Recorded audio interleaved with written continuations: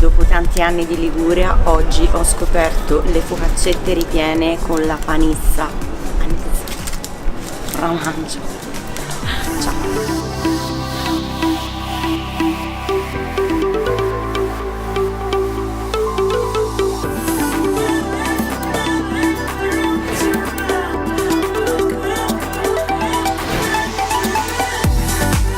Questa è la famosa Piazza Mameli che ogni giorno alle 18 si ferma per i 21 rintocchi della campana dei caduti.